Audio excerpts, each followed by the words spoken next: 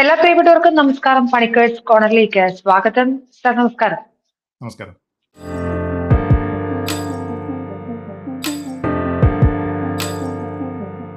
Sir, നമ്മൾ ഇന്ന് സംസാരിക്കാൻ പോകുന്നത് ഗസയെ കുറിച്ചാണ്.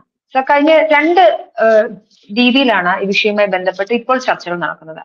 ഇസ്രായേലിന്റെ പുതിയ വാർ സ്ട്രാറ്റജിയായി ഗസയിലെ ജനങ്ങൾക്ക് അവരെ പട്ടിണിക്കിട്ട് കൊല്ലുക എന്നുള്ളതാണ് വാർ സ്ട്രാറ്റജി എന്നും, അതിനായി അവർ ഫുഡ് ട്രക്കുകളെ ആക്രമിക്കുന്നു, ആളുകൾക്ക് ഭക്ഷണം എത്തിക്കുന്നില്ല, ഏജൻസികളെ ആക്രമിക്കുന്നു, ഭക്ഷണം കഴിക്കാനായി അല്ലെങ്കിൽ വാങ്ങാൻ വരുന്ന ആളുകൾക്ക് നേരെ ട്രക്ക് ഇടിച്ചു കയറ്റുന്നു, വെടിവെക്കുന്നു എന്നുള്ളൊരു വാദം ഒരു സൈഡിൽ. മറ്റൊരു വശത്ത് യുണൈറ്റഡ് നേഷൻസ് അടക്കമുള്ള ഉഞ്ച അവരുടെ ഏജൻസികളായ ഉഞ്ച അടക്കമുള്ളവർ പറയുന്ന കണക്കുകളൊക്കെ കള്ളമാണെന്നും ഹമാസിന്റെ തീവ്രവാദികളാണ് സാധാരണക്കാരായ ജനങ്ങളെ ആക്രമിക്കുന്നതെന്നും പറയുന്ന ഇസ്രായേലിന്റെ ഒരു വശം, ഞങ്ങൾ ഇവിടെ ഭക്ഷണം എത്തിക്കുന്നുണ്ട്, ആളുകൾക്ക് കൊടുക്കുന്നുണ്ട് എന്ന് പറയുന്ന മറ്റൊരു വശം. എന്റെ ചോദ്യം സാർ, ഇതിനിടയിൽ എവിടെയാണ് സത്യം? എന്താണ് യാഥാർത്ഥ്യം? വളരെ ട്രിക്കി ആയിട്ടുള്ള ഒരു ചോദ്യമാണ്. കാരണം നമ്മൾ ഇവിടെ നിന്ന് മാധ്യമങ്ങൾ വഴിയാണ് ഇത് അറിയുന്നത്. പിന്നെ ഒഫീഷ്യലായിട്ടുള്ള സ്റ്റേറ്റ്മെന്റുകൾ വരുന്നു.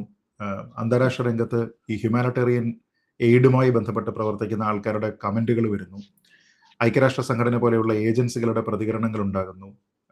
ഇനി വലിയ വോട്ടെടുപ്പുകളിലേക്കും മറ്റുമൊക്കെ ഇത് പോകും എന്ന രീതിയിലത്തേക്കുള്ള പല കാര്യങ്ങൾ വരുന്നു. ഈ ഒരു സാഹചര്യത്തിൽ ലഭ്യമായ വിവരങ്ങളെയൊക്കെ ഒന്ന് സിന്തസിസ് ചെയ്തിട്ട് ഇതിലേതാണ് കൂടുതൽ സത്യം, ശരിയോട് കൂടുതൽ ചേർന്ന് നിൽക്കുന്നത് ഏതാണ് എന്ന് മാത്രം ഊഹിക്കാനേ നമുക്ക് കഴിയുകയുള്ളൂ എന്നുള്ളത് ഒരു വസ്തുതയാണ്. ഇപ്പോൾ ഈ കഴിഞ്ഞ ദിവസം ഉണ്ടായിരിക്കുന്ന ഏറ്റവും പ്രധാനപ്പെട്ട പ്രശ്നം ഭക്ഷ്യ കിറ്റുകൾ വിതരണം ചെയ്യുന്ന സമയത്ത് അവിടെ ഉണ്ടായിരുന്ന നിരപരാധികളായിട്ടുള്ള സിവിലിയൻസിന് നേരെ ഇസ്രായേൽ സൈന്യം ആക്രമണം അഴിച്ചുവിട്ടുവെന്നും അങ്ങനെ വെടിവെച്ച് ഏതാണ്ട് 30 പേരോളം ആൾക്കാരെ കൊലപ്പെടുത്തി എന്നുമാണ് പറയുന്നത്. മൊത്തത്തിൽ അങ്ങനെ മരണപ്പെട്ട ആൾക്കാരുടെ എണ്ണം 60 കഴിഞ്ഞു എന്നുള്ള റിപ്പോർട്ടുകളുണ്ട്. ഏതാണ്ട് 100ഓളം പേർക്ക് പരിക്ക് പറ്റിയിട്ടുണ്ട് തുടങ്ങിയ കാര്യങ്ങളുണ്ട്. അപ്പൊ ഇതെല്ലാം തന്നെ പ്രൊജക്ട് ചെയ്ത് കാണിക്കുന്നത് ആൾക്കാർക്ക് ഭക്ഷണം എത്തിക്കാൻ എന്ന രീതിയിൽ ആൾക്കാരെ ഒരു സ്ഥലത്തേക്ക് കൂട്ടമായി കൊണ്ടുവരികയും എന്നാൽ യാതൊരു വിധത്തിലുള്ള പ്രകോപനവും ഇല്ലാതെ ഇസ്രായേൽ ഡിഫൻസ് ഫോഴ്സസ് അവരുടെ ഈ സമഗ്രാധിപത്യം ഉപയോഗിച്ചുകൊണ്ട് നിരായുധരായിട്ടുള്ള സിവിലിയൻസിനെ വെടിവെച്ച് കൊല്ലുന്നു എന്ന രീതിയിലുള്ള ഒരു ആരോപണമാണ് ഉണ്ടാകുന്നത്. അപ്പൊ അറിയാം, ഈ സതേൺ ടിപ്പില് റഫായിലൊക്കെ തന്നെ ഈ സംഭവങ്ങൾ നടക്കുന്നുണ്ട്. ഇവിടെയൊക്കെയാണ് ഇവരുടെ ഈ ഡിസ്ട്രിബ്യൂഷൻ പോയിന്റുകൾ വർക്ക് ചെയ്യുന്നത്, ഈ GHFന്റെ ഗാസ ഹ്യൂമാനിറ്റേറിയൻ ഫൗണ്ടേഷൻ. അപ്പൊ അങ്ങനെ നടത്തുന്നതുമായി ബന്ധപ്പെട്ട് IDFന്റെ വിശദീകരണവും വന്നിട്ടുണ്ട്. IDFന്റെ വിശദീകരണം വെച്ച് നോക്കിക്കഴിഞ്ഞാൽ അതിന് മറ്റൊരു എൻറ്റയർലി ഡിഫറെന്റ് ആംഗിളാണ്. ഒന്നാമത്തെ കാര്യം, ഇത്തരത്തിലുള്ള ഡിസ്ട്രിബ്യൂഷൻ പോയിന്റുകളിലേക്ക് വരുന്നത് 10,000-കണക്കിന് ആൾക്കാർ എന്നാണ് കണക്ക്. അത് ഒരുപക്ഷെ എല്ലാ അന്താരാഷ്ട്ര മാധ്യമങ്ങളും റിപ്പോർട്ട് ചെയ്തിട്ടുണ്ട്. ഏതാനും ചുരുക്കം ചില ആൾക്കാരല്ല വന്നിരിക്കുന്നത്, 10,000-കണക്കിന് ആൾക്കാർ, എന്ന് വെച്ചാൽ ലക്ഷക്കണക്കിന് ആൾക്കാർ അവിടെ എത്തുന്നുണ്ട് എന്നാണ് നമ്മൾ മനസ്സിലാക്കുന്നത്.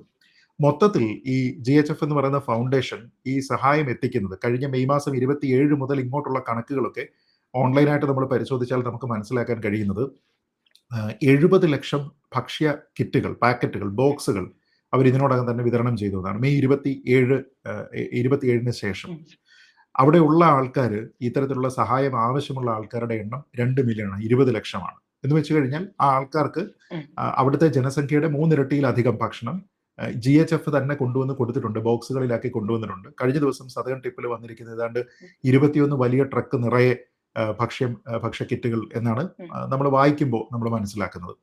എന്ന് വെച്ചാൽ അവിടെ തടിച്ചുകൂടുന്ന ആൾക്കാരുടെ എണ്ണം 10,000-കണക്കിനാണ്, അഥവാ ലക്ഷം ആൾക്കാരെങ്കിലും അവിടെ ഉണ്ട്. മൊത്തത്തിൽ 20 ലക്ഷം ആൾക്കാർക്കാണ് ഈ സഹായം എത്തിക്കുന്നത്. അപ്പൊ അവിടെ ഒരു ഫയറിംഗ് ഇൻസിഡന്റ് ഉണ്ടാകുമ്പോൾ എന്തുകൊണ്ട് 27 പേർ കൊല്ലപ്പെടുന്നു, അല്ലെങ്കിൽ ഈ കണക്കുകളൊക്കെ വിശ്വസിച്ച് കഴിഞ്ഞാൽ എന്തുകൊണ്ട് 60 പേർ കൊല്ലപ്പെടുന്നു, എന്തുകൊണ്ട് മാസമായിട്ട് കൂടുതൽ ആൾക്കാരെ ഇവർ കൂട്ടക്കുരുതി ചെയ്യുന്നില്ല എന്നൊരു ചോദ്യം കൂടിയുണ്ട്. കാരണം അവിടെ വരുന്ന ആൾക്കാരിൽ 100 പേര് വരുമ്പോൾ 60 പേരെ കൊന്നു എന്നല്ല കണക്ക്, മറിച്ച് ലക്ഷക്കണക്കിന് ആൾക്കാർ വരുന്ന സമയത്ത് അതിൽ ഇത്രയും പേർക്ക് നേരെ ആക്രമണം ഉണ്ടാകുന്നു. അപ്പൊ അവിടെയാണ് നമ്മൾ ഒരുപക്ഷെ ഇസ്രായേൽ എന്താണ് പറയുന്നത്, IDF എന്താണ് പറയുന്നത് എന്നുള്ളത് കൂടി ശ്രദ്ധിക്കേണ്ടത്. അപ്പൊ ഞാൻ മനസ്സിലാക്കുന്നത് അവരുടെ ഒഫീഷ്യൽ സ്റ്റേറ്റ്മെന്റുകൾ വന്നിരിക്കുമ്പോൾ അവരതിൽ പറഞ്ഞിരിക്കുന്നത് ഇത് വളരെ സെഗ്രിഗേറ്റ് ചെയ്തിട്ടുള്ള കൃത്യമായിട്ടുള്ള പോയിന്റുകളിലാണ് ഈ ഫുഡ് ഡിസ്ട്രിബ്യൂഷൻ നടക്കുന്നത്. ഇത് GHF എന്ന് പറയുന്ന ഇവർ ബാക്ക് ചെയ്യുന്ന, ഇസ്രായേൽ ബാക്ക് ചെയ്യുന്ന ഒരു ഫൗണ്ടേഷനാണ് ഈ ഭക്ഷണം കൊടുക്കുന്നത് എങ്കിലും ഇത് പൂർണ്ണമായിട്ടും ഇസ്രായേലിന്റെ മേൽനോട്ടത്തിലാണ് നടക്കുന്നത്, അവരുടെ സൈന്യത്തിന്റെ മേൽനോട്ടത്തിലാണ്.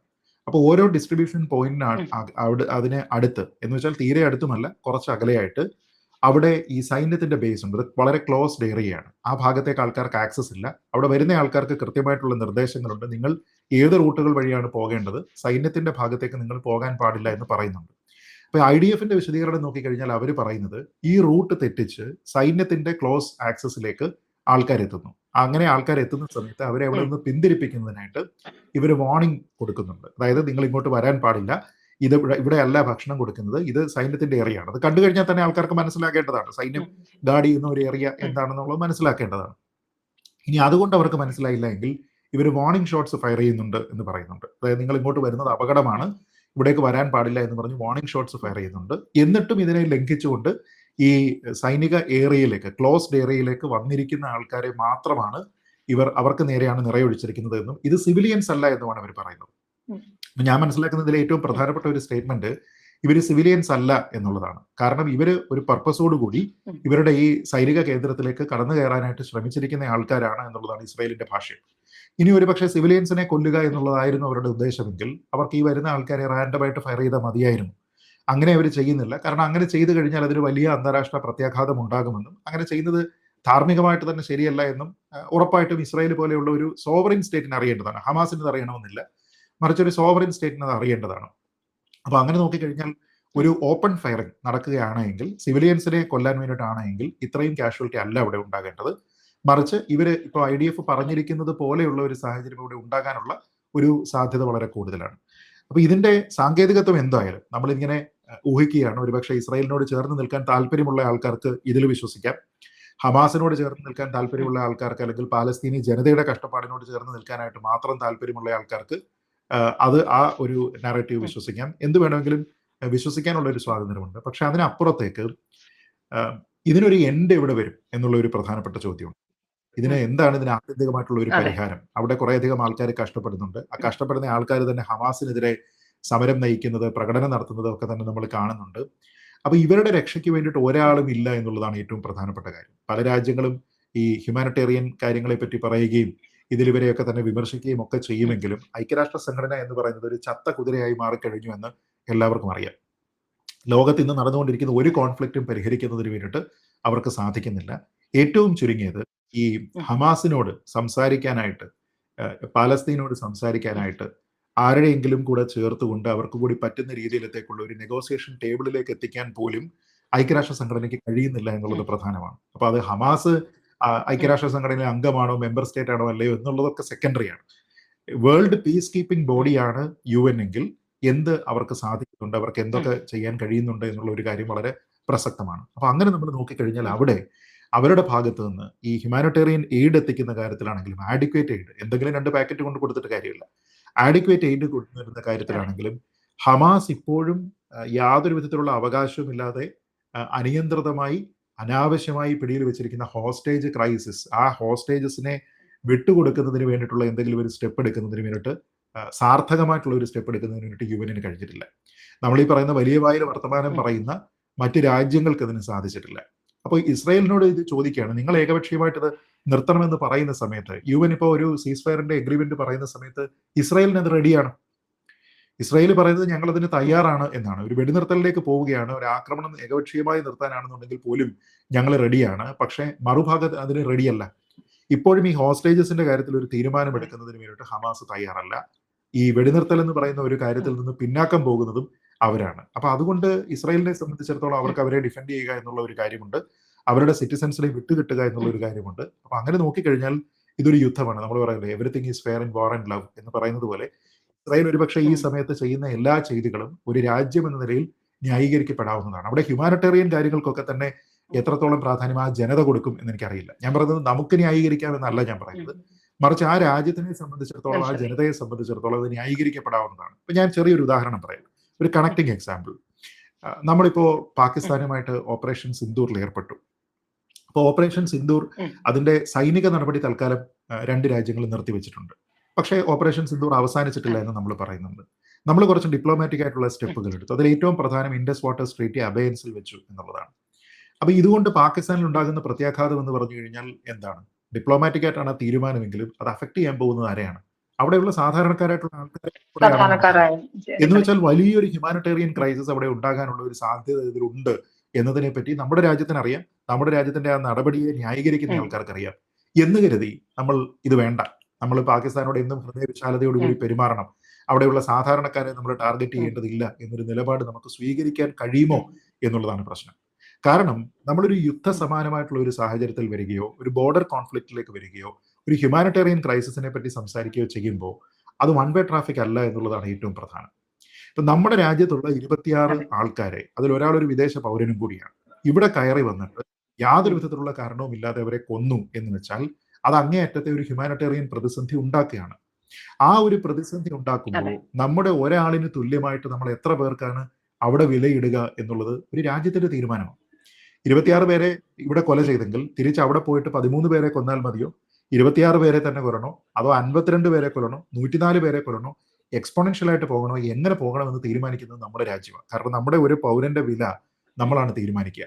അപ്പൊ അങ്ങനെ വരുന്ന സമയത്ത് എന്നോട് നിങ്ങൾ മനുഷ്യത്വപരമായിട്ടുള്ള ഒരു സമീപനം കാണിച്ചില്ല എങ്കിൽ അത് റെസിപ്രോക്കേറ്റ് ചെയ്യാനായിട്ട് എനിക്ക് യാതൊരു വിധത്തിലുള്ള ബാധ്യതകളും ഇല്ല എന്നുള്ള ഒരു സ്റ്റേറ്റ്മെന്റ് ആണ് നമ്മൾ ഈ ഇൻഡസ് വാട്ടർ ട്രീറ്റി അബയൻസിൽ വെക്കുന്നതിൽ കാണിക്കുന്നത്. അതുകൊണ്ടുണ്ടാകുന്ന പ്രത്യാഘാതം എന്ന് പറയുന്നത് പാകിസ്ഥാനെ സംബന്ധിച്ചിടത്തോളം വലിയൊരു മനുഷ്യത്വപരമായിട്ടുള്ള മനുഷ്യാവകാശ ലംഘനമൊക്കെയാണെന്ന് അവർക്ക് വ്യാഖ്യാനിക്കാം. പക്ഷെ ഇന്ത്യയെ സംബന്ധിച്ച് ഇത് ഞങ്ങൾ അങ്ങോട്ട് ചെയ്താൽ മാത്രം മതിയോ? അപ്പൊ നമ്മൾ അവർക്ക് കൊടുക്കുന്ന ഓപ്ഷൻ ഉണ്ട് അല്ലെ? നമ്മൾ ഏകപക്ഷീയമായി ഞങ്ങൾ ഈ വെള്ളം അങ്ങ് നിർത്തുകയാണ് എന്നല്ല പറയുന്നത്. നമ്മൾ അവരോട് പറയുന്നത് എന്താണ്? നിങ്ങൾക്ക് ഈ പ്രതിസന്ധി അവസാനിപ്പിക്കാനുള്ള മാർഗമുണ്ട്, ഞങ്ങൾ ഇത് അബയൻസിൽ വെക്കുകയാണ്. എത്ര വരെ? നിങ്ങൾ നിങ്ങളുടെ നാട്ടിലുള്ള ടെററിസം ഇല്ലാതാക്കുന്നത് വരെ, ഞങ്ങളോട് ഇതിൽ പൂർണ്ണമായി സഹകരിക്കുന്നത് വരെ. എന്ന് വെച്ചാൽ നമ്മൾ പാകിസ്ഥാൻ ഓപ്ഷൻ കൊടുക്കുകയാണ്. നിങ്ങൾക്ക് ഞങ്ങളിവിടെ വെള്ളം മുട്ടിച്ച് നിങ്ങളുടെ ജനതയെ നരകത്തിലേക്ക് തള്ളിവിടണമോ എന്ന് തീരുമാനിക്കേണ്ടത് ഞങ്ങളല്ല, നിങ്ങളാണ്.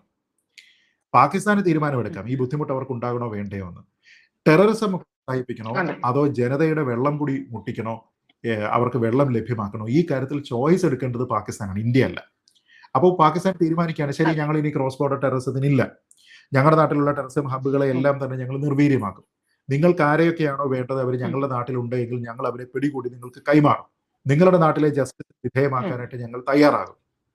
ഇത് പറഞ്ഞാൽ ഒരൊറ്റ ദിവസത്തെ താമസം പോലുമില്ലാതെ ഇന്ത്യ ഉറപ്പായിട്ടും നേരത്തെ ഉണ്ടായിരുന്ന ആ ഒരു സിറ്റുവേഷൻ പുനഃസ്ഥാപിക്കും എന്ന് നമുക്കറിയാം. കാരണം നമ്മൾ മനുഷ്യത്വപരമായിട്ട് അതിന്റെ ബുദ്ധിമുട്ടുകൾ എന്താണ് എന്ന് മനസ്സിലാക്കുന്ന ഒരു രാജ്യമാണ്. അപ്പൊ അത് ചെയ്യും. അത് ചെയ്യാതിരിക്കുന്ന പാകിസ്ഥാൻ അവരുടെ കമ്മിറ്റ്മെന്റ് ആരോടാണെന്നുള്ളതാണ് പ്രശ്നം. പാകിസ്ഥാന്റെ ജനതയോടാണോ, ഇതിന്റെ ബുദ്ധിമുട്ട് അനുഭവിക്കുന്ന ആൾക്കാരോടാണോ എന്നുള്ളതാണ്. അപ്പൊ ഇവിടെ പ്രശ്നം ഹമാസിന്റെ തീരുമാനമാണ്. ഇസ്രായേൽ ഇതിന് നിർത്താൻ വേണ്ടിയിട്ട് പറയുന്ന കാര്യം എന്താണ്?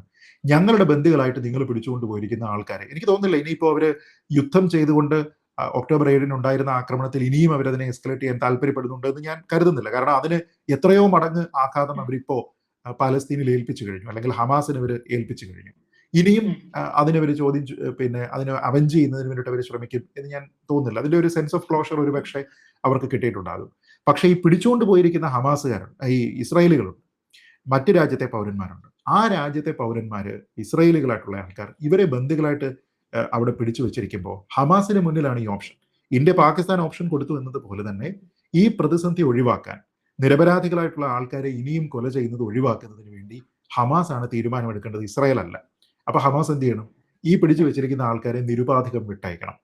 അവരെ വിട്ടയച്ചതിന് ശേഷം നോക്കൂ, ഇനി ഞങ്ങളുടെ കയ്യിൽ ആരുമില്ല എന്നവർ പറഞ്ഞു കഴിഞ്ഞാൽ പിന്നീട് ഒരു അനാവശ്യമായിട്ടുള്ള ഒരു ആക്ഷന് വേണ്ടിയിട്ട് ഇതിനെ വീണ്ടും എസ്കലേറ്റ് ചെയ്യാനായിട്ട് ഇസ്രായേൽ പോകുമെന്ന് ഞാൻ കരുതുന്നില്ല. അങ്ങനെ പോയി കഴിഞ്ഞാൽ അവർക്ക് അതിനുണ്ടാകുന്ന ഇന്റർനാഷണൽ കമ്മ്യൂണിറ്റിയിൽ നിന്നുണ്ടാകുന്ന ഒരു പ്രതിഷേധം, പ്രതികരണമൊക്കെ തന്നെ വളരെ രൂക്ഷമായിരിക്കും. പക്ഷെ ഈ ഒരു സമയത്തും ഹമാസ് ആ തീരുമാനം എടുത്തിട്ടില്ലാത്തത് കൊണ്ട് ഇസ്രായേലിന്റെ പൊസിഷൻ കുറെയൊക്കെ ജസ്റ്റിഫൈഡ് ആണ്. എന്റെ രാജ്യത്തിന്റെ പൗരന് വേണ്ടി ഏതറ്റം വരെയും പോകാൻ ഞാൻ തയ്യാറാണ് എന്നുള്ള ഒരു പ്രഖ്യാപനമാണ് ഇസ്രായേലിൻ്റെത്. നമ്മുടെ പ്രധാനമന്ത്രി പഹൽഗാമിലെ ഇൻസിഡന്റ് കഴിഞ്ഞതിന് ശേഷം ബീഹാറിൽ അദ്ദേഹം സംസാരിക്കുന്ന സമയത്ത് അദ്ദേഹം പറഞ്ഞതാണ്, ഈ ലോകത്തിന്റെ അവസാനം വരെ നിങ്ങളെ ഞാൻ പിന്തുടരുമെന്നാണ്. എന്ന് വെച്ചാൽ നിങ്ങളെ പിന്തുടരും, നിങ്ങളെ ഇല്ലാതെയാക്കും എന്നുള്ള ഒരു പ്രഖ്യാപനം. ഇതൊരു രാജ്യത്തിന്റെ കമ്മിറ്റ്മെന്റാണ്. നരേന്ദ്രമോദി എന്ന ഇൻഡിവിജ്വലിന്റെ കമ്മിറ്റ്മെന്റ് ആണ്, ഇന്ത്യയുടെ പ്രധാനമന്ത്രിയുടെ, ഇന്ത്യയുടെ ഭരണകൂടത്തിന്റെ കമ്മിറ്റ്മെന്റ് ആണ്. അതേപോലെ തന്നെ ഇസ്രായേൽ ജനതയുടെ, അവരെ പ്രതിനിധാനം ചെയ്യുന്ന ഗവൺമെന്റിന്റെ കമ്മിറ്റ്മെന്റ് ആണ്, ഞങ്ങളുടെ ആൾക്കാരെ നിങ്ങൾ ബന്ദികളായിട്ട് വെച്ചിട്ടുണ്ട് എങ്കിൽ അവരെ വിട്ടുകിട്ടുന്നതിന് വേണ്ടി ഏതറ്റം വരെയും പോകും. അവിടെ ഇനി നിരപരാധികളായിട്ടുള്ള ആൾക്കാരെയാണ് ഇവർ കൊന്നത് എങ്കിൽ പോലും ഞാൻ നേരത്തെ പറഞ്ഞിരിക്കുന്ന പോലെ ഇവർക്ക് വലുതായിട്ടുള്ള മനുഷ്യത്വ പ്രതിസന്ധി ഏതാണ്? ഇസ്രായേൽ ഗവൺമെന്റിന് പ്രധാനമായിട്ടുള്ള മനുഷ്യത്വ പ്രതിസന്ധി എന്ന് പറഞ്ഞാൽ സർ, സ്വന്തം ജനത ചത്തൊടുങ്ങിയാലും കുഴപ്പമില്ല, അന്യൻ ചത്തോണം, അല്ലെ അവരെ ഞങ്ങൾ കൊല്ലും എന്നൊരു പോളിസിയിലാണ് അവർ വരുന്നത്. സർ സിൻവറിനെ കൊന്നത് ഞങ്ങൾ വധിച്ചിരിക്കുന്നുള്ള ഇസ്രായേൽ കൺഫർമേഷൻ നൽകിയ വീഡിയോ ഫുട്ടേജസ് എന്തായാലും കണ്ടിട്ടുണ്ടാവും. അതിൽ ഒരു ആശുപത്രിയുടെ താഴെയാണ് അതിവിശാലമായ ഒരു തുരങ്കം നിർമ്മിച്ച്, ആ സമയത്ത് ഹോസ്റ്റേജ് ബെൽറ്റ് ഇല്ലായിരുന്നു സിൻവറിന് എന്നുള്ളത് യാഥാർത്ഥ്യമാണ്, കൊന്നു തള്ളുന്നത്. അപ്പോൾ നിലവിലെ അവിടുത്തെ സാഹചര്യങ്ങളെ എല്ലാം ചൂഷണം ചെയ്തുകൊണ്ട് ഹമാസ് അവിടെ, അതായത് ഹമാസാണ് ഇതിന് തിരിയിട്ടത് ഈ പ്രശ്നങ്ങൾക്കെല്ലാം. എന്നാൽ നമ്മുടെ മാധ്യമങ്ങളോ നമ്മുടെ നാട്ടിലെ സോക്കോൾഡ് പുരോഗമനിസ്റ്റുകളോ ആരും തന്നെ ആ കാര്യത്തെക്കുറിച്ച് എന്തുകൊണ്ട് ഇപ്പോഴും ഹമാസ് ഈ പറഞ്ഞതുപോലെ ബന്ധികളെ വിട്ടു നൽകുന്നില്ല, അവർക്ക് ഈ പ്രശ്നത്തിൽ അവർ എന്തുകൊണ്ട് ഒരു സീസ് ഫയറിന് ആവശ്യപ്പെടുന്നില്ല, എന്തുകൊണ്ട് എനിക്ക് ഇസ്രായേൽ ഒരു വീഡിയോ ഫുട്ടേജ് പങ്കുവെച്ചിരുന്നു ഹമാസിന്റെ തീവ്രവാദികൾ തന്നെ ഈ സാധാരണക്കാരായ ജനങ്ങളെ കൊല്ലുന്നത്, അതുപോലെ ഭക്ഷണം മേടിച്ചുകൊണ്ട് പോകുന്ന ആളുകൾ ഇസ്രായേലിനും അമേരിക്കയ്ക്കും ജയ് വിളിക്കുന്നതും നമ്മൾ കാണുന്നുണ്ട്.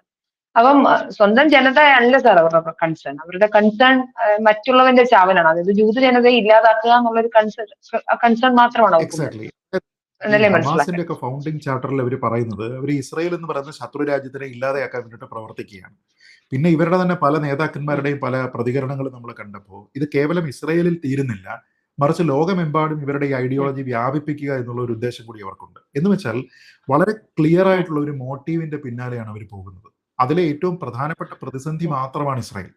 അത് ജയിച്ചു കഴിഞ്ഞാൽ അവിടെ വെച്ച് തീരുന്നു എന്നല്ല, അതിനെ ലോകത്തെമ്പാടും വ്യാപിപ്പിക്കുക എന്നുള്ള ഒരു ശ്രമമാണ്. ഇതൊരു വളരെ കൃത്യമായിട്ടുള്ള ടെററിസ്റ്റ് ഡിസൈൻ ആണ്. ഏതൊരു ടെററിസ്റ്റ് ഓർഗനൈസേഷനെ സംബന്ധിച്ചിടത്തോളം ഈ രീതിയിൽ അവരുടെ ആശയം ലോകമെമ്പാടും വ്യാപിപ്പിക്കുക എന്നതിന്റെ പേരിലാണ് ഇവർ ടെററൈസ് ചെയ്യുന്നത്. ആശയം നിങ്ങൾക്ക് പ്രചരിപ്പിക്കാനായിട്ട് കഴിയും. ഇപ്പൊ ഇന്ത്യൻ നാഷണൽ കോൺഗ്രസ്, BJP, ഇതൊക്കെ ആശയങ്ങളാണ്. ആ ആശയം പ്രചരിപ്പിക്കുന്നതിന് ഇവർ ടെറർ ചെയ്തതിന്റെ കാര്യമില്ല. കാരണം അത് ആൾക്കാരിലേക്ക് people to people communication, large campaigns അതുവഴി പോവുകയാണ്.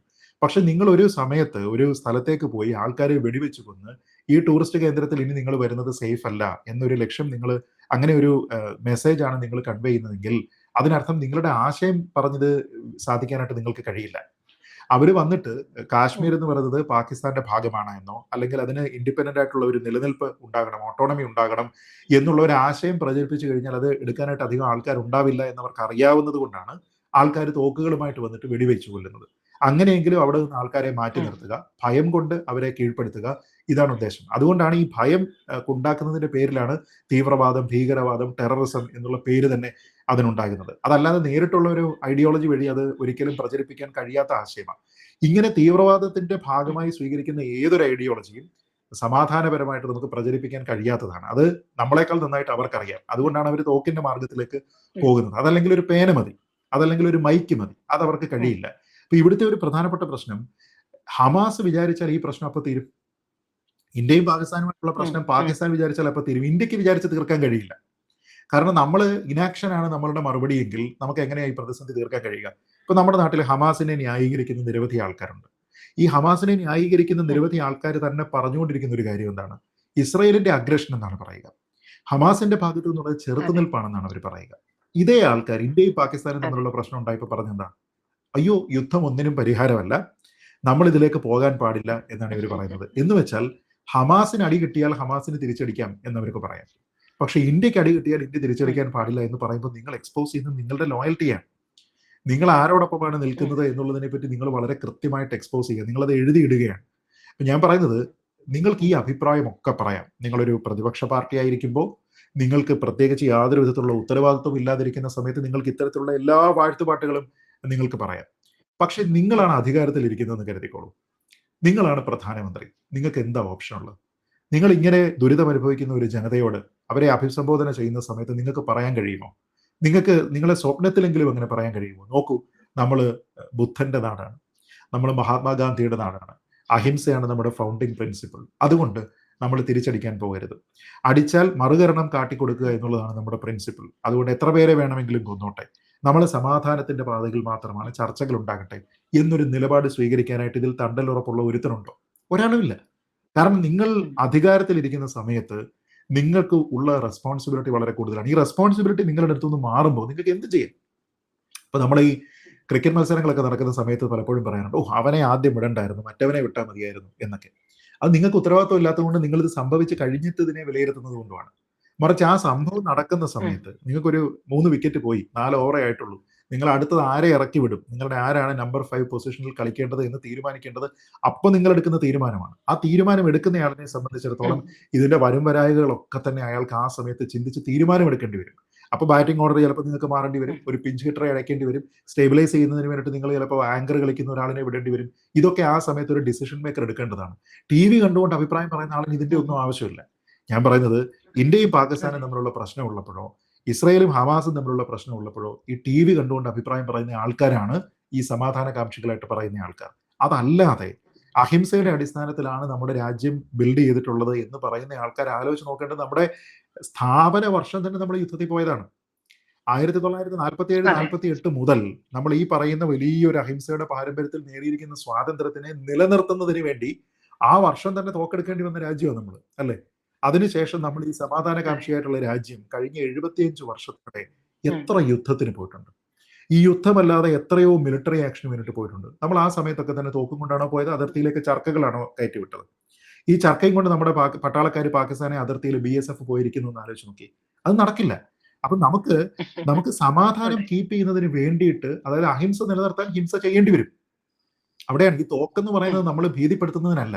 ഒരു സൈനികന്റെ കയ്യിൽ ആ തോക്ക് നിൽക്കുന്ന സമയത്ത്, അതിരിക്കുന്ന സമയത്ത് നമുക്ക് തരുന്നത് ഭയമല്ല, സുരക്ഷിതത്വമാണ്, അല്ലെ?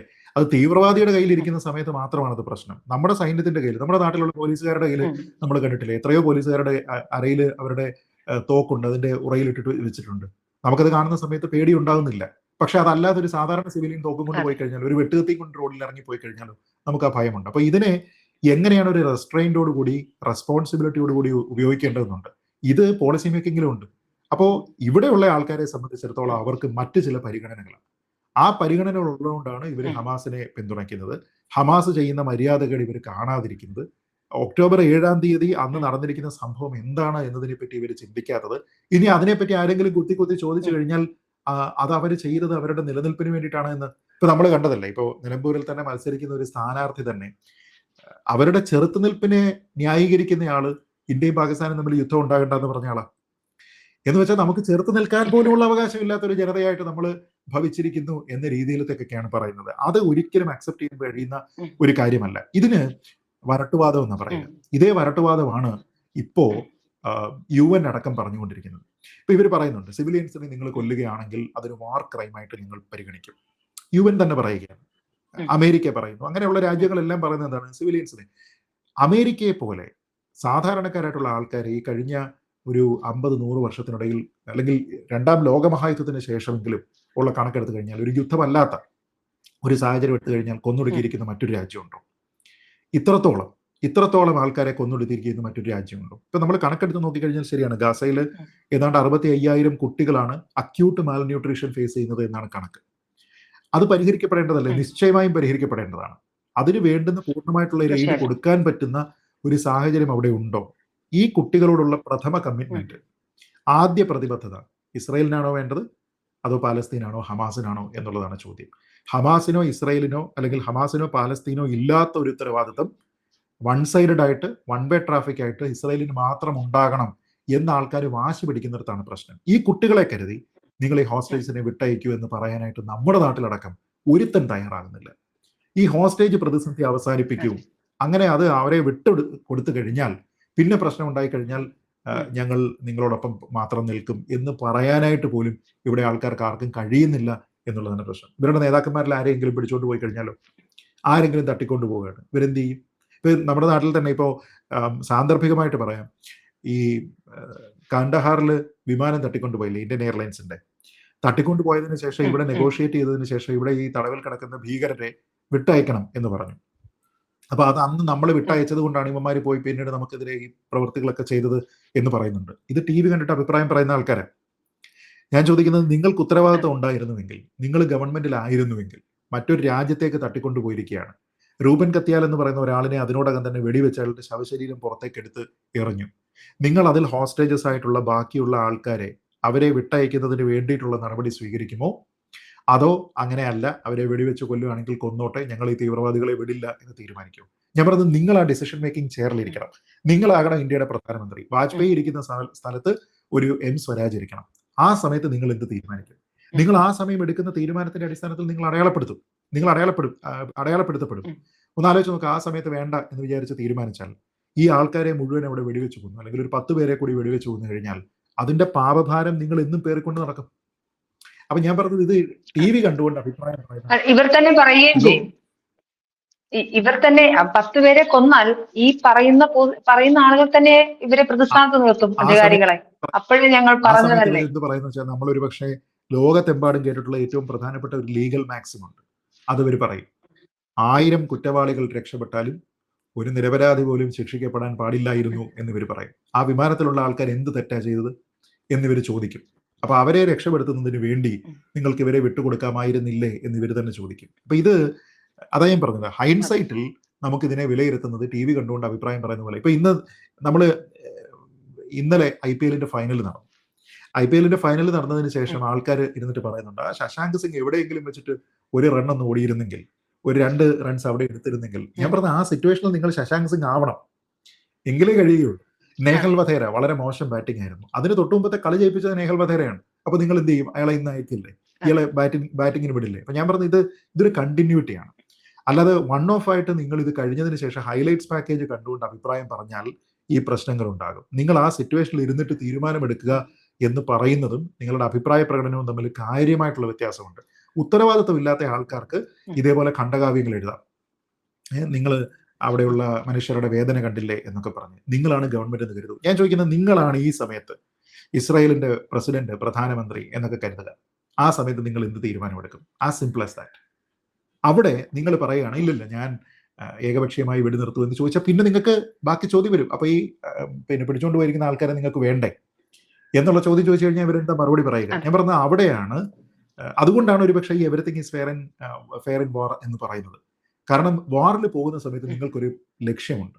ആ ലക്ഷ്യം നേടിയെടുക്കുക എന്നുള്ളത് മാത്രമേ നിങ്ങളുടെ ഉദ്ദേശം ഇവിടെ ഉള്ളൂ. അതിലേക്ക് പോകുന്ന മാർഗങ്ങളൊന്നും തന്നെ നിങ്ങൾക്ക് പ്രശ്നമില്ല. ഇപ്പൊ ഇന്ത്യയും പാകിസ്ഥാനും തമ്മിൽ ഒരു യുദ്ധം ഉണ്ടാവുകയാണെങ്കിൽ ആ യുദ്ധത്തിൽ ഇന്ത്യ ജയിക്കുക, ഇന്ത്യയുടെ മണ്ണ് നഷ്ടപ്പെടാതിരിക്കുക എന്നുള്ളത് മാത്രമേ ഉള്ളൂ. അവിടെ ഈ പറഞ്ഞ പോലെ ആൾക്കാര് നിങ്ങളുടെ വിമാനം നഷ്ടപ്പെട്ടോ, അയ്യോ വിമാനം നഷ്ടപ്പെട്ടില്ലേ, ഈ പറയുന്നതിലൊന്നും കാര്യമില്ല. ഇപ്പൊ കഴിഞ്ഞ ദിവസം ഒരു ട്രോള് ഞാൻ കണ്ടു.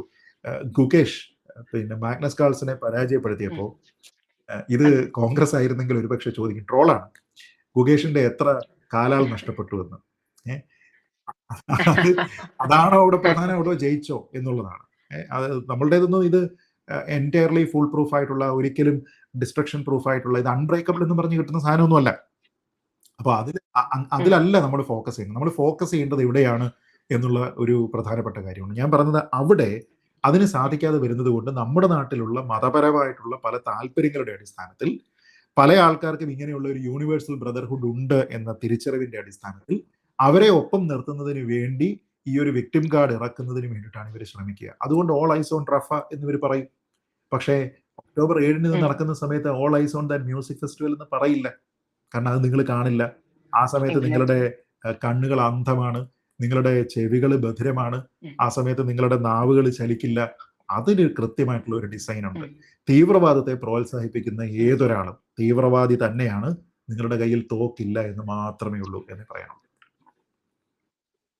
തീർച്ചയായിട്ടും വളരെ വളരെ വാലിഡ് ആയിട്ടുള്ള പോയിന്റ് വെച്ചാണ് താങ്കൾ സംസാരിച്ചത്. എന്തായാലും തീർച്ചയായിട്ടും ഈ ഇസ്രായേലിന്റെ പക്ഷത്ത് ഒരുപാട് ഫൂട്ടേജസും വീഡിയോ ദൃശ്യങ്ങളും ഒക്കെ ഉള്ളത് കൊണ്ടാണ് ലോകം ഒന്നാകെ ജൂതവിരുദ്ധതയുടെ പേരിൽ ഇസ്രായേലിനെ ഒറ്റപ്പെടുത്തും, ഇസ്രായേലിനെ പിടിച്ചു നിൽക്കാൻ സാധിക്കുന്നത്. എന്തായാലും പ്രൂഫുകളൊക്കെ പുറത്ത് വന്നുകൊണ്ടേയിരിക്കും. എന്തായാലും നമ്മളെല്ലാം സിവിലിയൻസിനൊപ്പം തന്നെയായിരിക്കും. അതില് കുട്ടികൾ മരിക്കണമെന്ന് മനുഷ്യത്വമുള്ള നമ്മൾ ആരും ആഗ്രഹിക്കില്ല. പക്ഷെ ഇവിടെ ഈ കളിക്കുന്ന ഇൻഡിവിജ്വൽ ഈ എന്താ പറയുക, ഞങ്ങളുടെ നാട്ടിലെ ആൾക്കാരൊക്കെ ചത്തോട്ടെ, പക്ഷെ ഞങ്ങൾക്ക് ജൂതന്മാർ ചാവുന്നത് കൂടി കാണണമെന്ന് വിചാരിക്കുന്ന ഈ പൊളിറ്റിക്കൽ ട്രിക്കുകൾ എന്തായാലും എക്സ്പോസ് ചെയ്യപ്പെടേണ്ടതുണ്ടെന്ന് ഞാൻ മനസ്സിലാക്കുന്നത്. ഒരുപാട് നന്ദി sir. Thank you so much.